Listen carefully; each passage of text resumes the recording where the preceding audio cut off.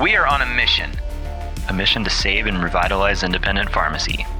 On the Catalyst Pharmacy podcast, you'll get actionable business advice. Hear stories from industry leaders. And share a laugh or two with us. Fuel your passion for pharmacy. One conversation at a time.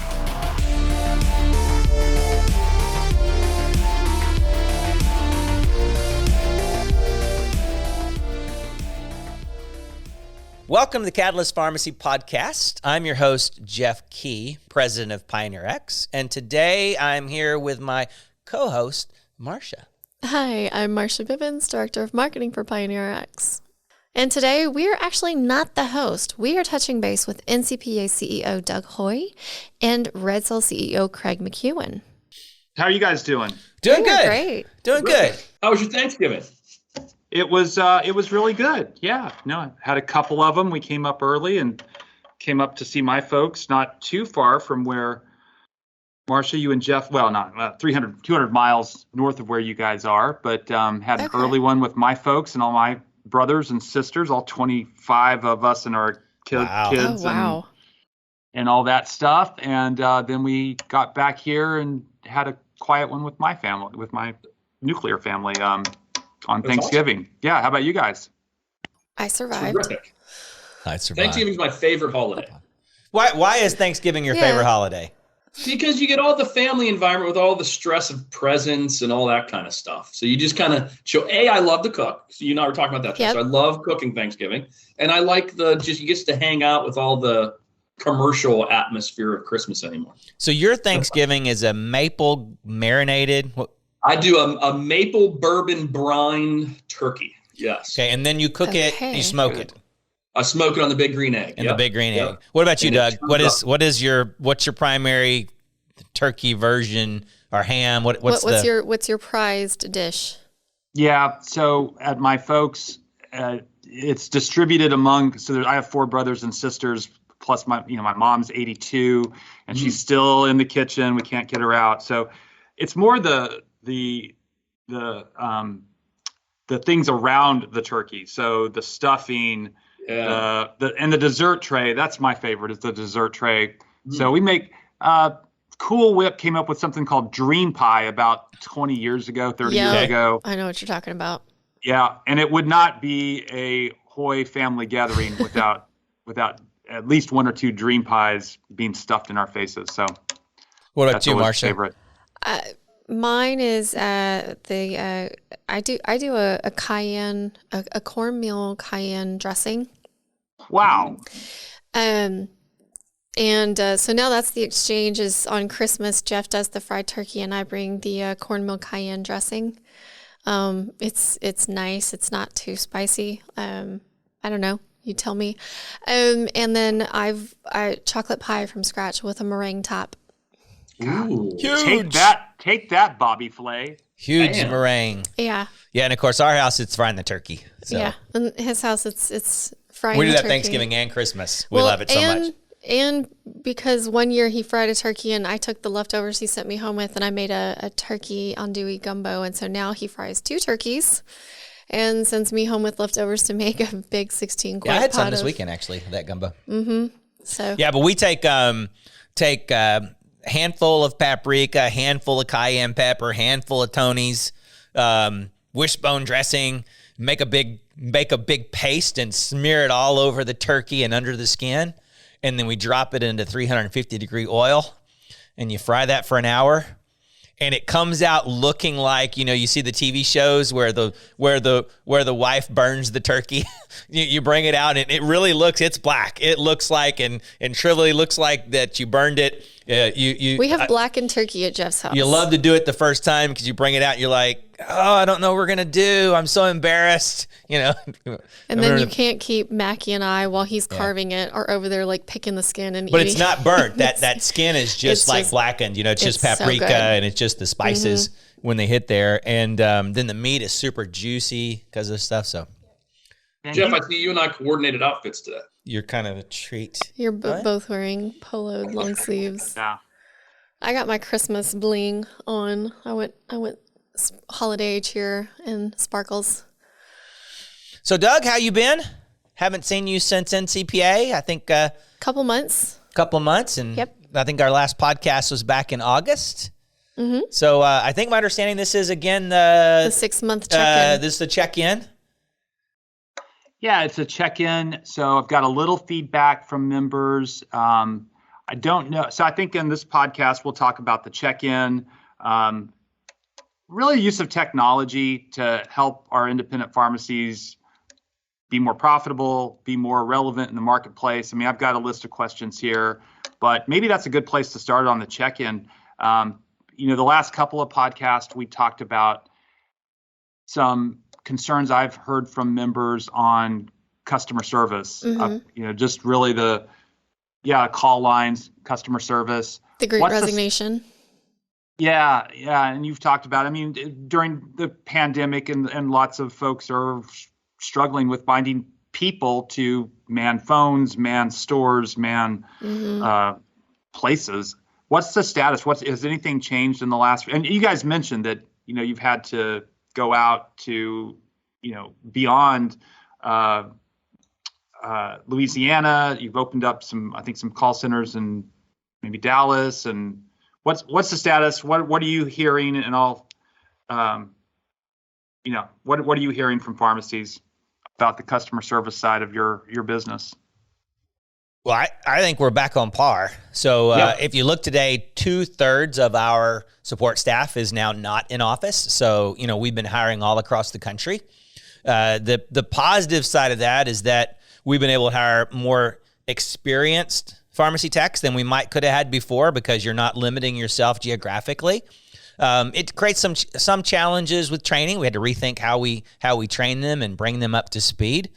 But we're back to doing, one of the things that Pioneer did, we try to think of support as not just break fix, right? I've got this bug, how do I fix it? But really a proactive, sometimes we call the customer to say, here's the thing we found, kind of proactive work. And also being able to be that resource when you think about, hey, I'm trying to rethink how I do blank. What should I do? And that person knowing, because they have other accounts that do that, more really than support. And so we're being able to get back in that modus.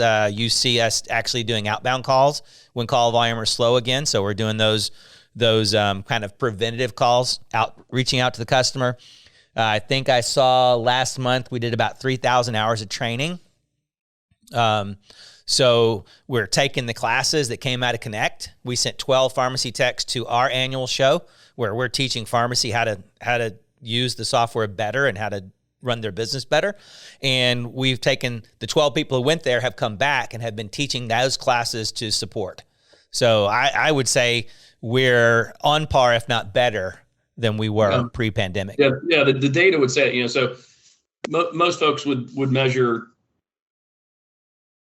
wait call times, et cetera. And that was a problem for us a while. That's back down to historical lows. But we also, to Jeff's point, measure across the employee base and the customer base outbound calls, because that's where you can really have an impact on the business, because we're seeing things that maybe the pharmacies aren't seeing. And that's back up to historical performance as well. So I'd say from a data perspective and a employee retention perspective, we think we're back. Have you gotten any feedback, Doug? Any feedback from you? Yeah, I haven't gotten a lot of feedback. When I've reached out, one person who was saying it was a problem last time, he didn't mention it when I asked him. So I specifically said, hey, what about customer support? Because you mentioned that the last time I talked with you. And he said, no, that doesn't seem to be a problem. Just looking at your Google reviews, most of the complaints on customer service are 3 to 4 months or older. Yep. Mm-hmm. And it does seem like there was a greater number of them at about 3, 4, 5 months ago. But yeah, in the last month or so, the Google reviews, there wasn't a lot on the customer reviews. And I'm trying to think, there's a woman's name that came up a couple times, Christine or Cynthia or something, but she must be a rock star, because her name came up several times. People love their support staff, and that's the relationship that we build by this concept that I have an assigned person. I can tell you at NCPA, person after person after person comes up, I just love my account manager. Make sure you tell her. And then they don't say account manager. They say her name or his name, and they say, I just love him. You know, the good about that is that it's great because it gives them somebody to talk to, somebody they feel like can help them. The bad is when people get promoted and move on. So sometimes they lose their account manager. And I have one guy, you know, oh yeah, so-and-so got promoted and I understand, but I'm still sending them her Christmas present, you know, and that kind of stuff. So those kind of long-lasting relationships, which is really that stickiness that we try to encourage pharmacists to create with their patients. And what we'd like to see, what NCPA is trying to create between pharmacies, right? You know, that same kind of relationships where people can help each other, right? Do better. Yeah, and you're right. I mean, so at our annual meeting and like the multiple location conference, that's exactly, we want pharmacists to know each other. That's one of the things my dad would say in practice when he was pharmacy owner is sometimes he feels like he's out there on an island by himself. And so this is also, you know, 25 years ago, before there were, you know, social networks and where it was easier to connect with people. But I think that's really important for independent pharmacy owners to have someone they can, you know, vet ideas, vent, but also bounce ideas off of. And that connectivity, that relationship is really important. Jolly has created a really great network, and people bounce ideas and questions off him all the time that are Pioneer related. Speaking of helping people, I know this is kind of you asking us, but I do want to just say something brief about, tell us how you NCPA's kind of released kind of a home improvement show for pharmacy, right? I think we're on our second episode. So tell us real quickly about that and how it's going. It's going great. So the series is called Show Me. Yep. And this first series is on immunizations, and it's for pharmacies, whether you've already started an immunization program or you're thinking about it, to see how other pharmacists have experienced it. And it's inspired by some of the reality shows like Restaurant Impossible, Bar Rescue. Yep. And they're 20, so they're about 20 minutes long, professionally, you know, videoed and filmed. And we just released the second episode a few days ago, and we'll have 3 more episodes. There's going to be one on travel vaccines. And so, we think they're fun. You know, Yep. we think they're fun, and it's pharmatainment. Pharmatainment. Okay. We heard it. We called it here that first. So Pharmatainment. That'll be what the social media pharmatainment. Hashtag pharmatainment. So they're on YouTube. We have a video channel. NCPA has a video channel on YouTube, so people can watch them. And I think these are things that we'll probably do more of on certain topics. And again, it's for pharmacists to kind of see, hey, I'm not the only person in the world who struggles with, but, you know, there's a dynamic with my relationship with my pharmacy team that's, you know, often very positive, but sometimes, you know, the pharmacy team realizes all the eccentricities of the pharmacy owner. And I think it's great. You know, it's amazing. I think sometimes, you know, you expect a national organization in DC is kind of structured, you know, and it's neat. That to me, that seems fun. It's neat. NCPA doing fun things, and well, it's a continuation. So I mean, a lot of pharmacists walk away from events like NCPA with, oh, I sat in on this great meeting and I'm inspired to start doing this in my pharmacy, but they don't know where to start. And that's a great, you know, here's your how-to, here's your pharmatech. It's something Marsha and I had thought about doing, and just a huge investment. So congratulations to you. Yeah. Look forward to that. Keep going and watching as people loosen up. I think you see episode 2, they've kind of, everybody's loosened up a little bit more. And so I think it'll be fun. The first couple of episodes filming anything, it's like awkward. It's like, kind of like if movie reference here, like where do I put my hands? We should go back sometime and see clips from our first podcasting cringe. Oh, please not. Madison's like, yes, we should. Yeah, well, they are growing, and it is they should be entertaining. So I hope, you know, people will watch them. But thanks for bringing that up. It does, you know, I think a future, like for example, future topics, this one's on vaccinations, but it gets into some of the things we talked about at the NCPA conference and have been talked about before is primary care. Just really, I called it a primary care crisis in the United States with the shortage of physicians, which everyone, I think almost everyone's heard about that. And I think I've mentioned before, if I haven't, I know my parents struggle finding primary care in their town of 35,000 people. And it seems like I hear that from other people as well. By struggle with primary care they're happy with. Right. They can find primary care, but primary care that they're satisfied with. And pharmacists obviously can fill that gap. And when we look at where chain competitors are going, CVS Caremark has made very clear, I mean, this is no secret, their Minute Clinics, their purchase of Aetna, other acquisitions, telehealth acquisitions, they're going into primary care. It's no secret there. Yep. Walgreens buying Village MD, sinking billions of dollars into Village MD. No secret there where they're going. They're buying physician groups. Walmart they're telling shareholders they're going to put 2,500 primary care centers in their parking lots by the end of the decade that will have dentistry, imaging, labs, and primary care services.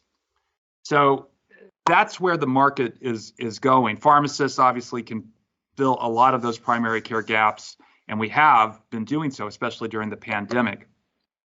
To do that, and so here's the question, we need help with medical billing.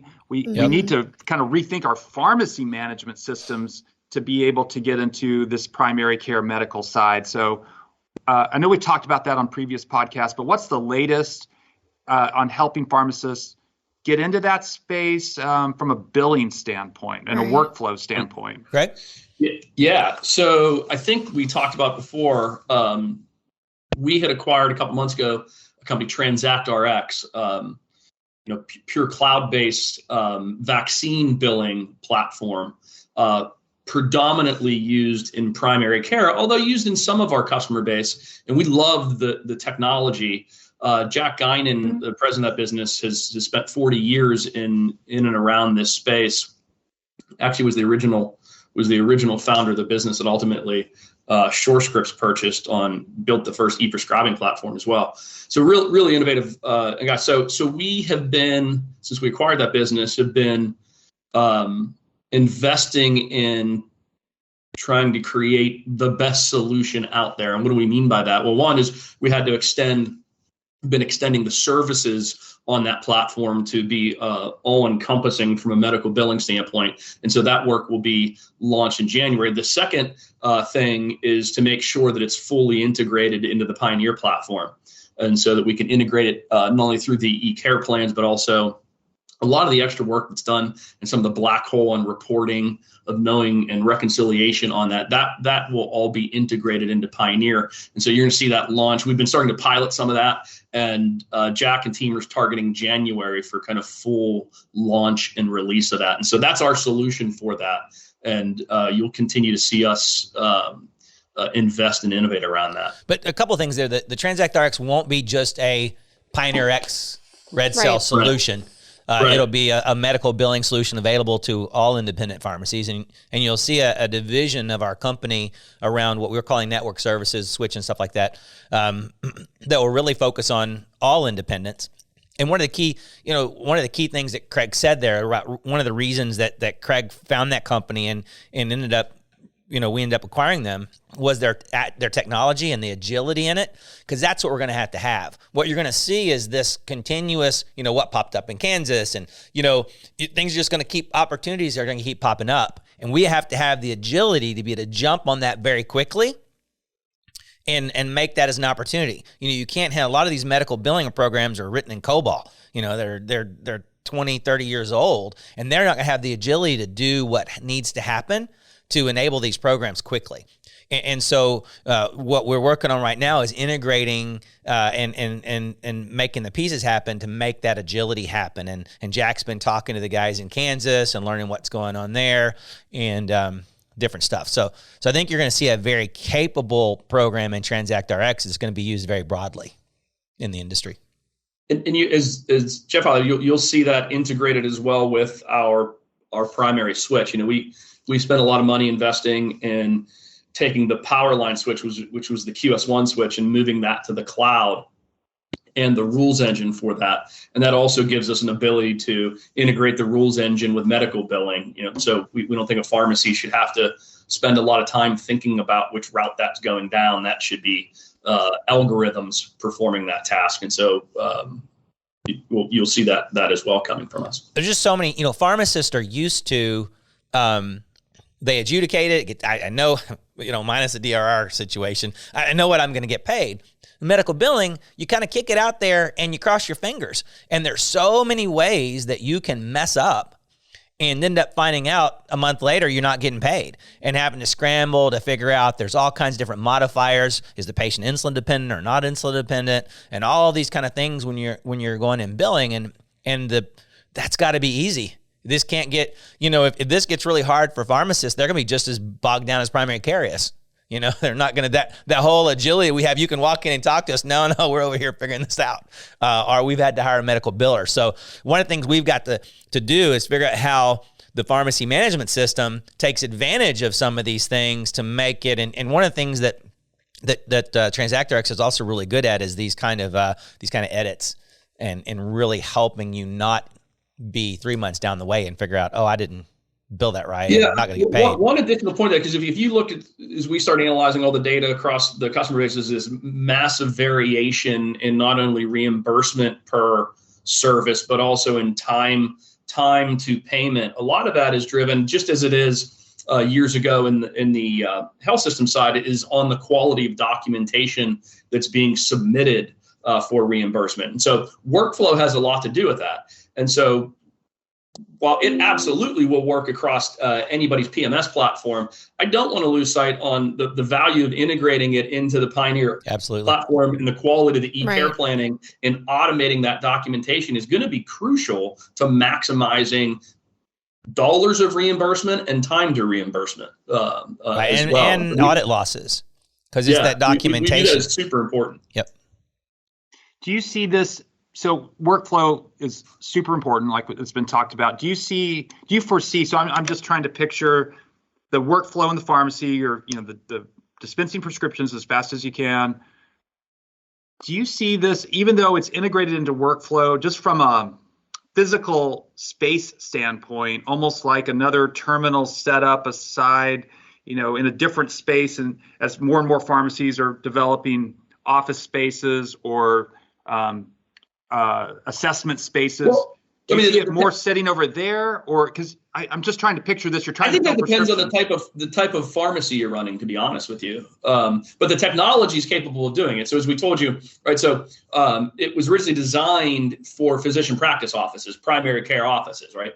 And we have 60,000 primary care physicians leveraging that platform. So it's designed to do that, and you can use it as effectively outside of workflow as you want as well. But most independent pharmacies are going to prefer to have that in workflow, but I'll defer to Jeff on my desire is that it's just going to happen and it's going to be in workflow, and it's not going to be something that you're going to have a medical biller in a back room working through it. That as you do your work, it's just going to work, right? I think that's more volume and size of number of pharmacies based. The larger number of pharmacies you have and the more volume you're doing, you start to specialize skill sets.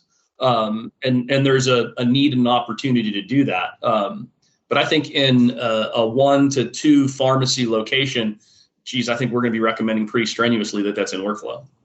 Yeah, well, I think it has to be in workflow. And some of the things you mentioned as far as the like pulling data from the pharmacy management system, like the data that's already in there, name, birth date, allergies, things like that, pulling that into a medical claim.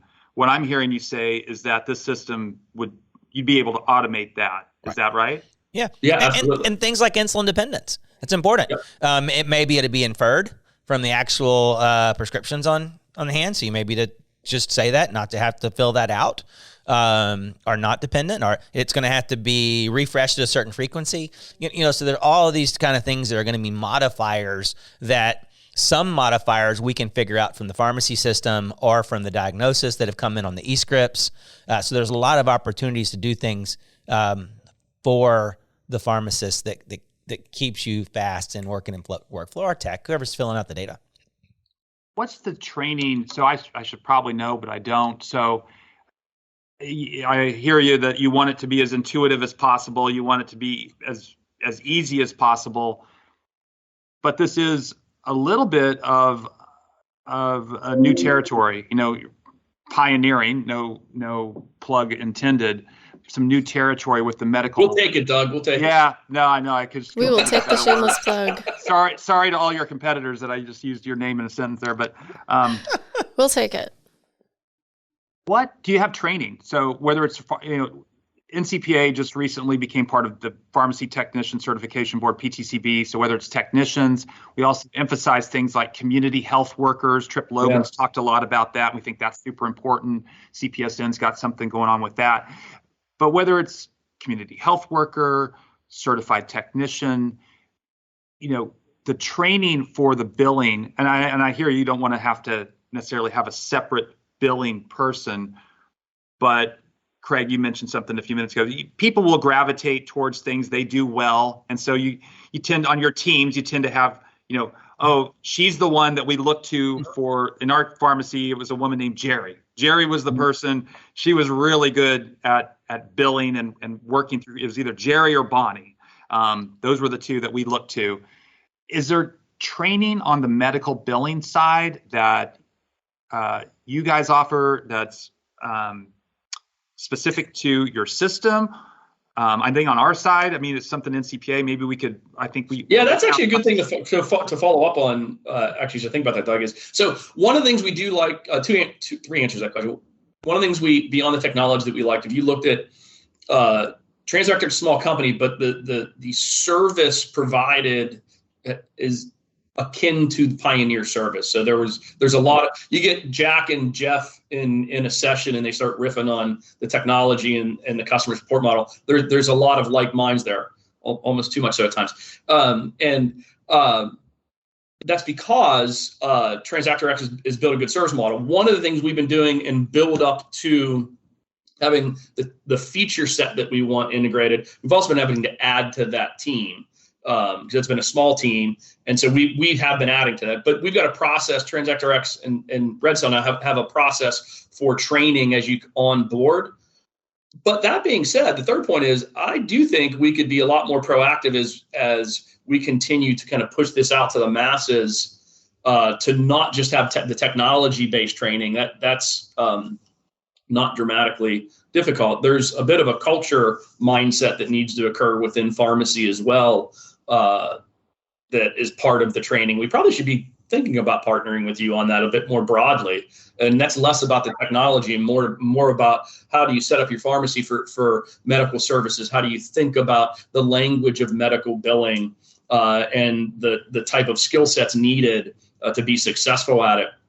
That's probably something we should be looking to invest in as well. Mm-hmm. Yeah, y'all have a really good, and I haven't looked at it this month, a really good legislative section that comes out in the NCPA magazine and stuff. Do y'all have the same kind of resource for the new medical billing opportunities that are in each state as things change? We probably don't. I would there are resources out there like that. So like NASPA does a nice job of looking and seeing, what authorities pharmacists have in different states. So they're good at compiling that. Is it on their website? Is it do you go in an area that says, hey, pharmacy medical billing, and you can look across different states and see what opportunities are available? I don't think it says medical billing. It's more on what authorities pharmacists have in each state. Right. Okay. Which again is very handy because that then lends itself towards medical billing. But it's a little bit, the question's a little bit different between what authorities we have and what medical billing opportunities we have. So I think just as medical billing continues to grow and primary care continues to grow, there is this culture shift. Just coming from the convention, our convention a few months ago, there's a lot of interest in it. I suspect just from being in the industry for a long time, there's a number of people who are hearing it. They're starting to go, what is this? How do I get involved with it? But they're busy filling prescriptions. They're busy kind of the core business. And so to the extent we can make it easy for them and also show them examples of how others are using it, I think it'll help accelerate the adoption of medical billing and help, ultimately we need to get them paid. They've got to get paid for services and get paid beyond dispensing prescriptions. And that's, for all listeners, we know you got to get paid for the services that you're providing. Yeah, I think about NCPA and MedSync 10 years ago, right? Then and where we are today, and not really as far as I'd love us to be today, but a lot of people are really doing well with it. And now we're in medical billing, and where are we going to take that? How do we? What does the next 10 years look like? How do we not take 10 years to get where it took to get on MedSync? How do you accelerate that people's adoption of different all their billing opportunities, and fully using the authorities as they, how can you quickly do that as soon as a lot of times the guy who hops on it first gets the business. If you got 4 pharmacies in town, the one that starts doing it quicker and advertising about it. I think it'd be fun to do one of those help the pharmacy sessions around marketing. Have the camera crew go visit a local doctor and really, hey, how can I improve your marketing, and then go back to them 2 months later or 6 months later, see how it went. I don't know where I went with that. I was talking about marketing, medical billing, and programs. Yeah. And in all honesty, when you think about it relative to helping independents, I mean, we were judging about competition a minute ago. Yeah, we compete with a lot of players on the pharmacy management side, but there's a whole portion of our portfolio that we can be frenemies on that are really good for independents. The independent market is not loving the United and Change acquisition, and for good reason. And on medical billing and pharmacy billing, for lack of a better word, we RedSail should be working with who we would think is our traditional PMS competitors on those sides of the business to help independent pharmacy. And we're going to try really hard to do that, but that takes a little bit of trust amongst everybody in the industry.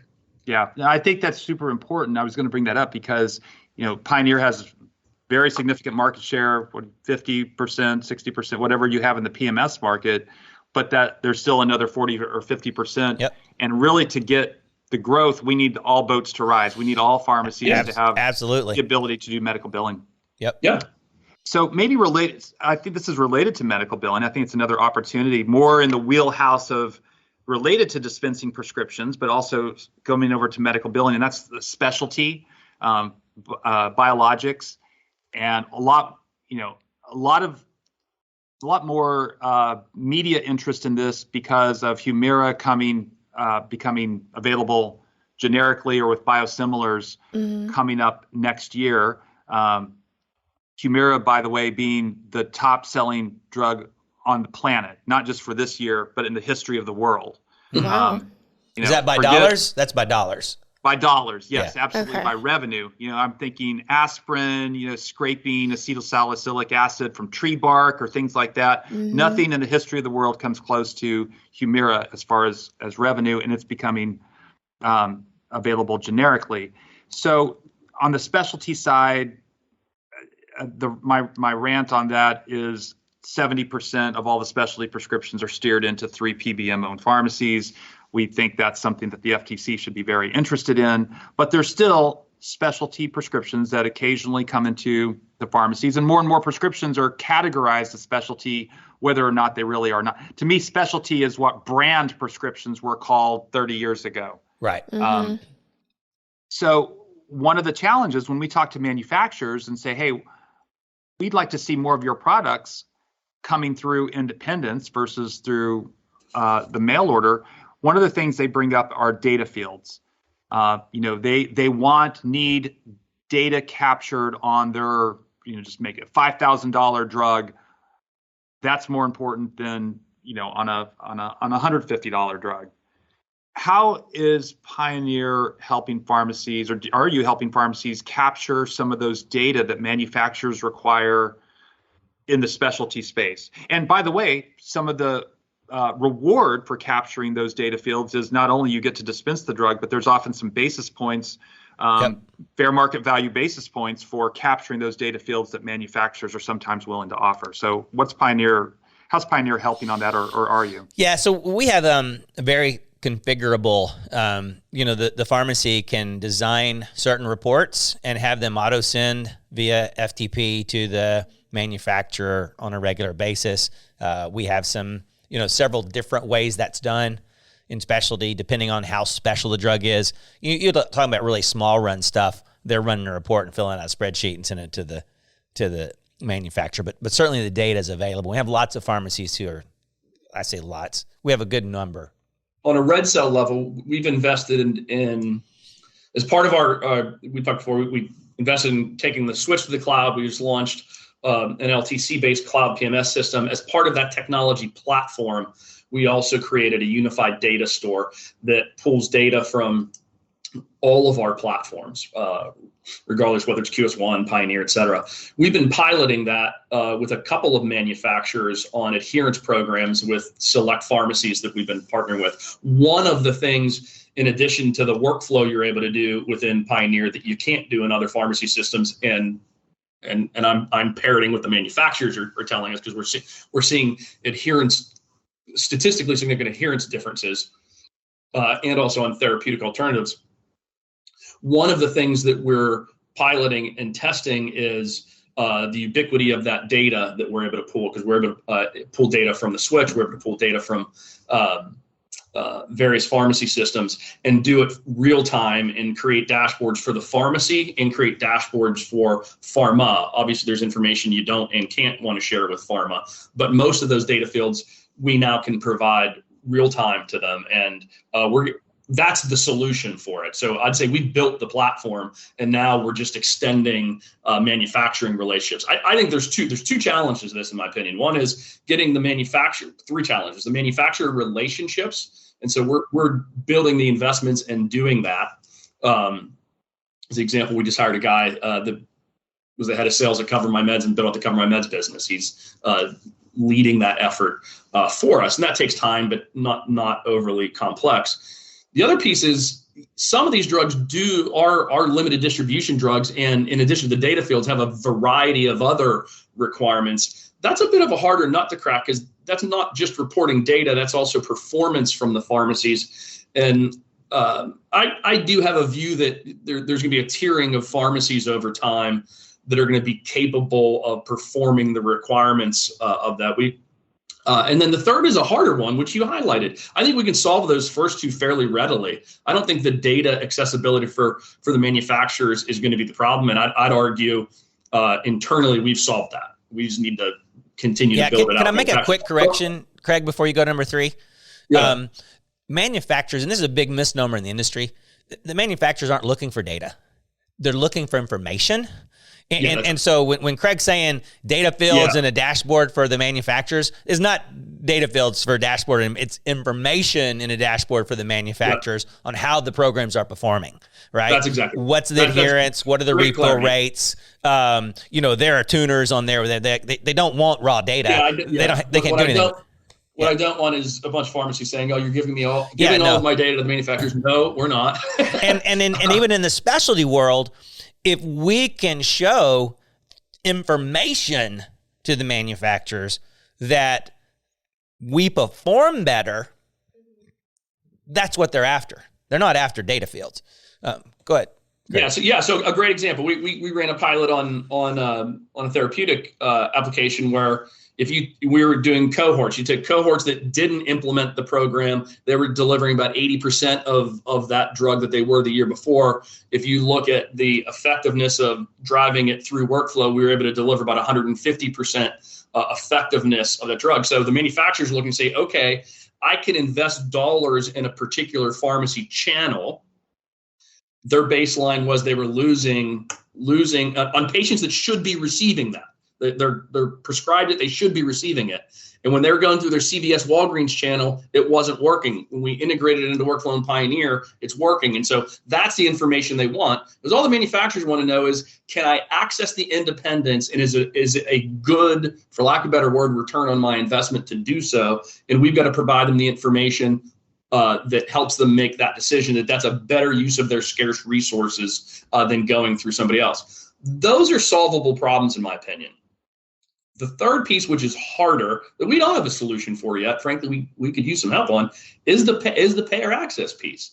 That at the end of the day, we can partner with the manufacturers, we can provide information, but the independents are getting squeezed out of reimbursement on these drugs, and that's a harder problem to solve that we have not cracked that one yet. And frankly, super open to ideas, suggestions. Yeah, and some of that's going to have to be legislative, and you see some things state by state. That's where we've got to lean on NCPA and probably work with you guys as well on these manufacturer reimbursements and go, hey, how can we help?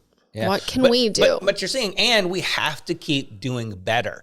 Things that happened this year, 2022, pharma manufacturers bragged to other people that independent pharmacy was doing a better job at X than the chains were.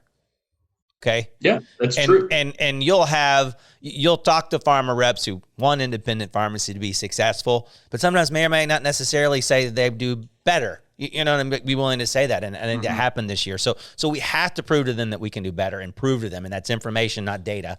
Right. And we have to continue the stuff that NASPA is working with the different states to get legislation through. And then what else, Doug? Well, I think that for one thing, this specialty, when you look at what different companies are doing, it's all about the specialty marketplace. I mean, it's 55% of all the revenue. So I think the thing that you guys have been talking about that we touched on, as far as I said, my rant, is the payer marketplace. And the payer marketplace, again, you've got three entities that control 70% of the marketplace, where they're able to steer specialty prescriptions into their own pharmacies. We are going to need help. They're not going to change that model on their own. Nope. Why would they? I mean, so it's going to take either legislation, it's going to take courts, it's going to take FTC to break that apart, if it can be broken, because they're not going to change that voluntarily. So that would be like telling a shark not to. What's their argument? What's their argument though? What is an argument? What is their argument when they say, Mr. Employer, we're going to steer all the specialty through our mail order specialty pharmacy? What's their reasoning? Yeah, what are they telling that employer? They're probably showing a profit. They're showing an algorithm of it's going to be cheaper if they do that. Right. They're playing the rebate game. They're playing the rebate game. They're saying, hey, it's going to be cheaper. It's going to be more expensive if you don't narrow it, right? And we're going to, hey, this solves a very treatable disease, Mr. Employer. We're going to do a better job of tracking that, right? I assume those are the two things they're telling them. It's going to be financial and clinical. They'll sell the clinical. They'll say, hey, it's mail order. They won't call it mail order, but they'll say they have their team of highly skilled health professionals, 24-hour access to be able to help patients who have questions, which is an 800 number is what they're really describing. So they'll sell it both on outcome, but mostly on cost, because the cost of specialty drugs is what's killing employers. Right. And what sometimes, to be honest, independent pharmacy takes. You know what I'm saying? That the price is higher sometimes. So we have to think about how they're selling it to the employer, and how do we make the employer say, no, I'm going to check that box that says I want broad access to specialty. What's going to incentivize? Because some of the employers are making that decision. It's not you have choices. Am I wrong here? This is my understanding, is that the employers have choices of how they narrow things down. And sometimes they're financially incentivized and told, hey, if you do this, it's cheaper, both on fees and, but I think there's some big percentage of stuff that's just employer funded anyway. It's going through there, but really all that's purely employer funded. There's no real insurance going on. And so the employer in the end is going to decide whether or not their overall costs are more or not. And so some of that's a marketing and education campaign.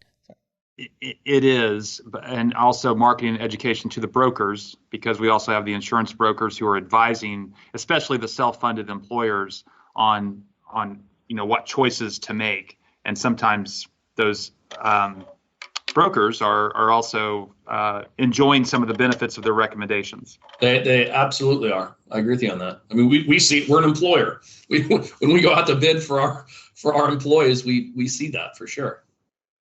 So specialty drugs, I think, is going to continue to be a big deal, and the biosimilars coming into the marketplace, I think it's going to potentially change and also expose some of the rebate games that are going on and some of the service fees. Because to your point, it's not the data itself, but it's the synthesized data that manufacturers are interested in.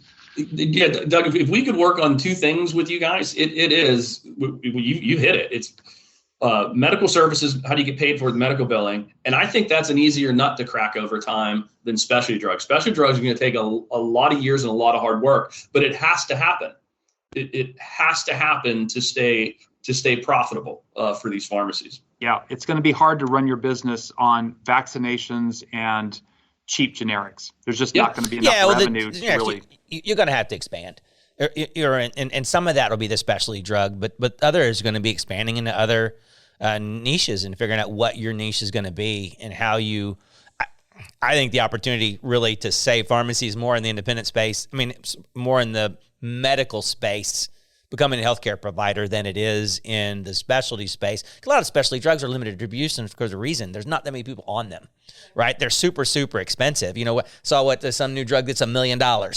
Well, millions of people aren't getting that drug, right? You're going to get 12 people in the United States get that drug, and it's going to go through. But it's about 60% of the spend now. Yeah, and there are and I think when I think about specialty drug, I'm not talking about orphan drugs necessarily or the ultra orphan drugs, but to me, if it's on the nightly news, for those who still watch the nightly news, or daytime television for those who watch daytime television, then it should be mainstream enough that it should be you should be able to get it at your local pharmacy, and that's a lot of drugs: Humira, Enbrel, Remicade. Keytruda. I mean, there's a lot of drugs that are specialty, and it's not like a Lipitor where it's millions of patients, but it's also not like an orphan drug where it's less than 100,000 patients in the country. Yeah, Jeff, you bring up a good point, or Linda, which is one of the challenges for the independents is being willing to carry that inventory cost. Right. That's a practical problem. Yeah. Yep. And there may need to be, working with wholesalers. Years ago, there was like a consignment model with a specialty drug that the pharmacy never actually took. They took when a prescription would come in that would trigger an order to the wholesaler. The wholesaler would drop ship it the next day. The pharmacy got a dispensing fee for the training on the drug, but that $1,500 drug, now it'd be much more expensive. That was done between the manufacturer and the wholesaler.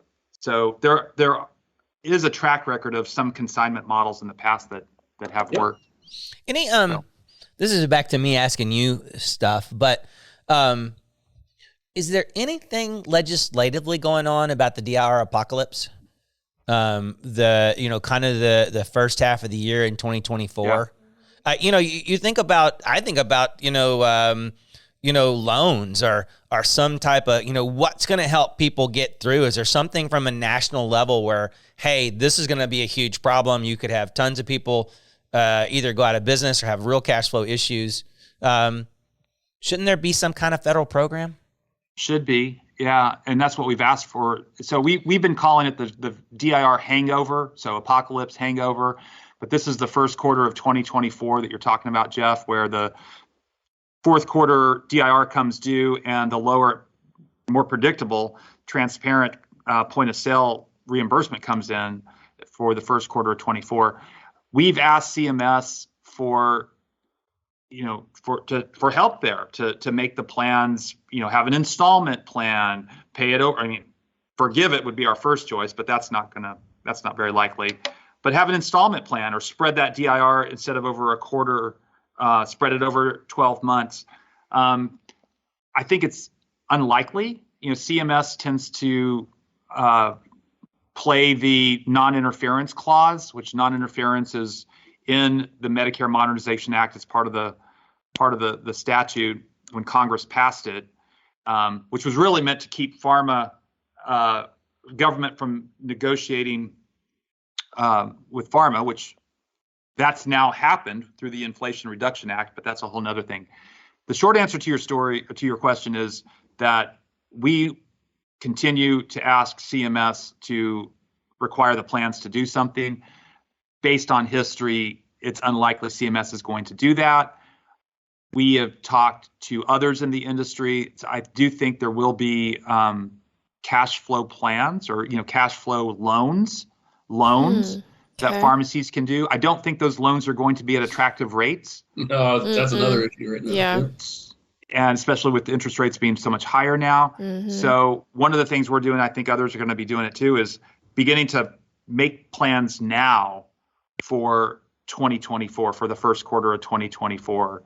So you'll see more from us on that. I think you'll see more from others in the industry on make plans now. Be the ant, not the grasshopper. Start storing things away now, and don't wait till December of 2023. But if we could get, obviously we'd love for CMS to do something, and we're not going to give up on that. But I wouldn't bet the farm on that happening. Yeah. I bet that's a very frozen, I think about it, that's probably a quarter we don't sell a lot of pharmacy systems. It's just that people are going to be very, you're going to think, hey, we need to try to figure out some kind of little big revenue program. Or just figure out we figured out and built it in to Pioneer to tell you, hey, you're going to lose money on this on DIR fees. What about a yearly calculator? Yeah, and they'll know. They know about now about what DIR fees run a quarter, so they know. Hey, well, no. What I'm saying is what about a report that goes, hey, this is roughly, give or take a percentage of what your DIR bill is going to look like for that month. Right, and it's for that quarter. Right, for that quarter. And they kind of know that. The problem is they're going to be double dipped. And we haven't exactly figured out whether that's going to be just less total reimbursement or whether it's actually going to go to the point of sale. That's one of those things. We don't have a standard for how that's going to happen, how that's going to change reconciliation. So a lot of kind of stuff is, we're a year away. A lot of unknowns. Right. Yeah, no, you're right. The planning should start now. We'll know more when the contracts for 24 come out in the spring of 23. We'll know more, we'll know a little bit more how the plans are going to react to this new requirement that the lowest cost is at point of sale. But again, the planning starts now, is going to be our message. Yeah. Speaking of costs, so we go with a round of down with TRICARE. Yes. TRICARE, we were able to get the renegotiation on that through the pressure that, we rallied. And again, many pharmacies talking to their patients, talking to members of the military, that got a second look at it. It's been this sham kind of renegotiation. So we'll see what happens next. I think there's going to be maybe some hearings, perhaps, to look into this whole TRICARE situation more closely going forward. Yeah, what happened? Yeah, I've got a question for you. I know we're almost at the end of the time here, but I ask it every time, and it's related to private equity. And Craig, you taught me something on the last call as far as the relationship between private equity and interest rates. And my question last time was, I'd heard that the heat, has just been the sweltering market for healthcare companies, private equity investing in them, that had been cooling down. And you taught me something as far as the relationship between those investments and interest rates. As far as a lot of that private equity money is coming from banks, and they're, the interest rates affect the attractiveness of the dollars they're getting from the banks. So there are rumors that that RedSail is up on the market. So how would you respond to that? I've heard it a couple places. Those rumors may already be there, but I guess I hadn't heard it until recently. So how would you respond to that rumor? two responses. We're owned by private equity. That rumor should always be out there. Yeah. Yeah, we will sell. That's business model, that's right? the That business was model. kind of- I mean- Someday, I tell customers this all the time. Someday, with 100% certainty, we will either sell or go public. With 100% certainty. Mhm. So there are, I bet you I don't go a quarter where there aren't companies calling to buy us.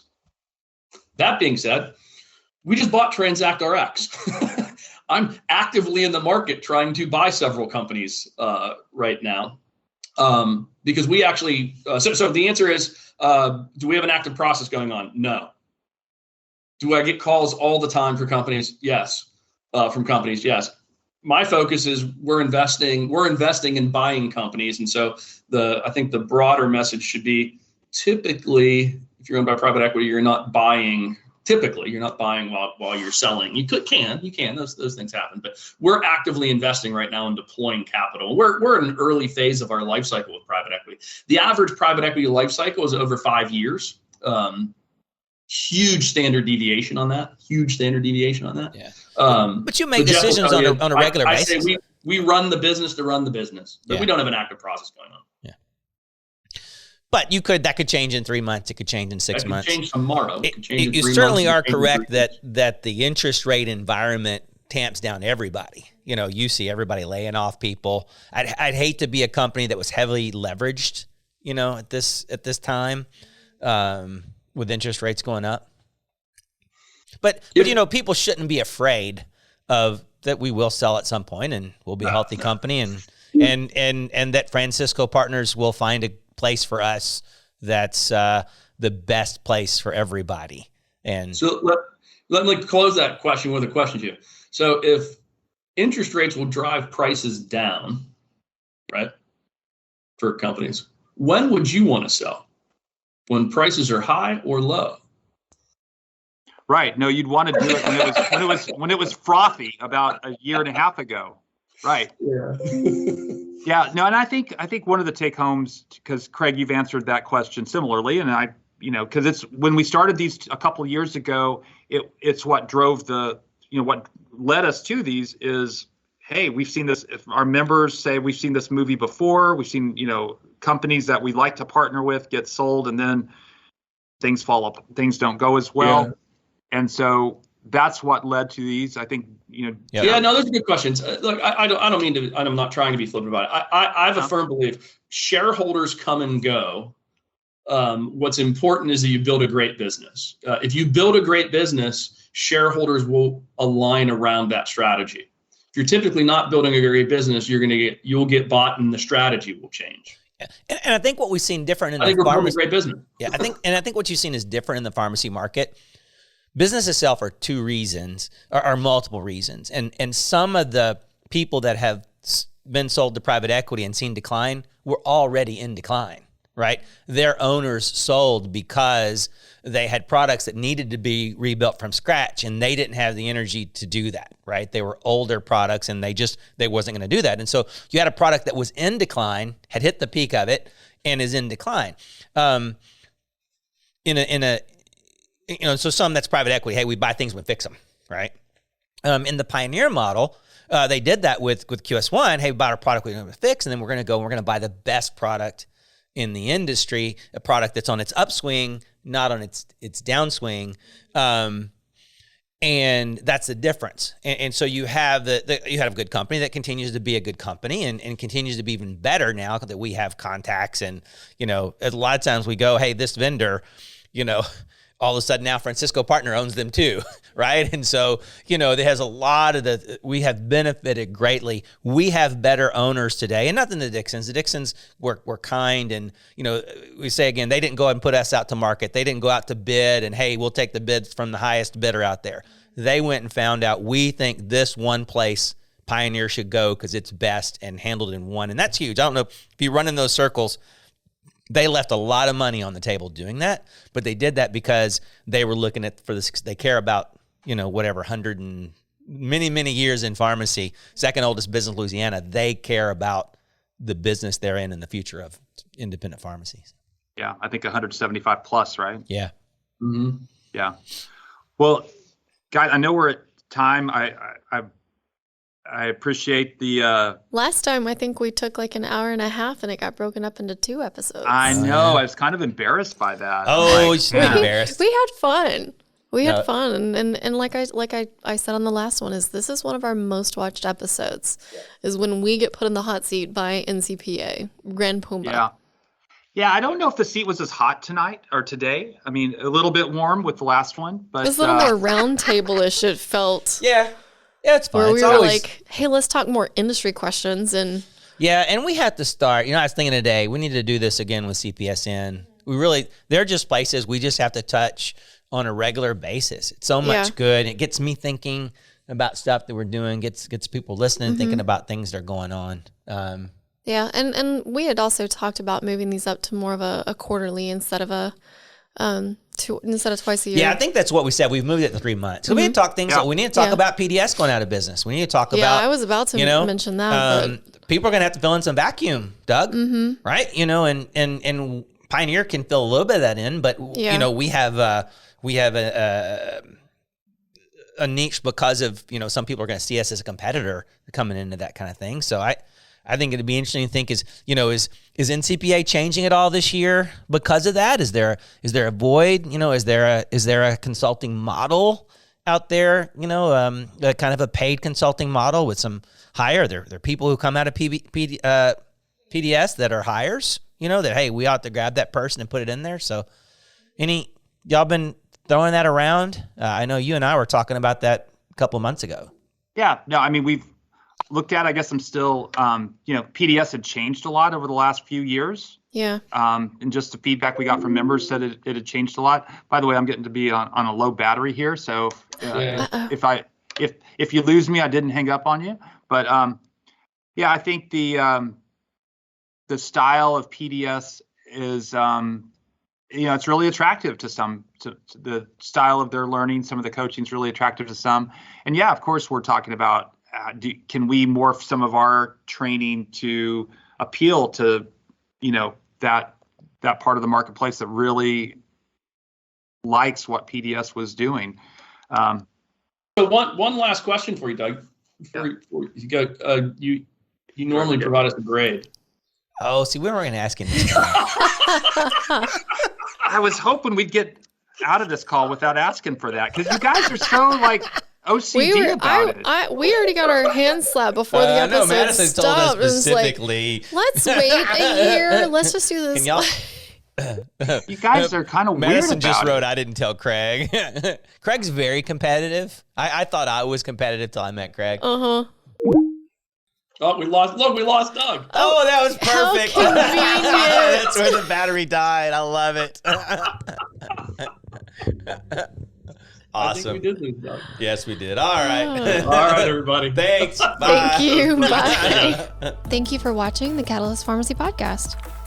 If you enjoyed today's episode, Please like, subscribe, and follow us wherever you get your podcast. Give us a 5-star rating on Apple Podcasts to help us reach more pharmacy professionals like you.